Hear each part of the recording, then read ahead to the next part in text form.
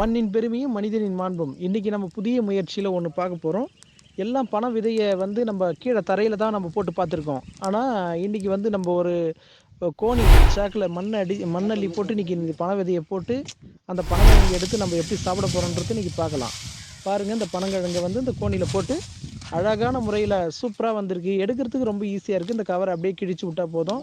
இந்த ஓடை மணல் மாதிரி போட்டிருக்கோம். அந்த மணலில் அழகாக கிழங்கு நல்லா நீட்டாக வந்திருக்கு, சூப்பராக வந்திருக்கு. இதை ஒரு நண்பர் ஒருத்தர் சொன்னார், இன்றைக்கி சுட்டு சாப்பிட்லாம், நல்லா டேஸ்ட்டாக இருக்கும். இவ்வளோ நாள் நம்ம அவியல் பண்ணி தான் சாப்பிட்ருக்கோம், இன்றைக்கி வந்து சுட்டு சாப்பிட்டா நல்லா இருக்கும்னு சொன்னார்.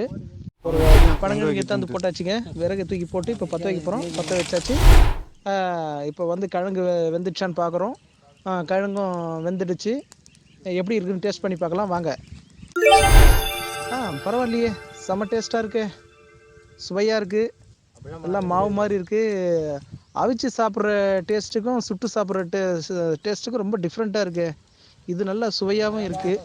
பரவாயில்ல, நண்பர்கள் என்ன சொல்கிறாங்கன்னு பார்க்கலாம். Super. Very good very good.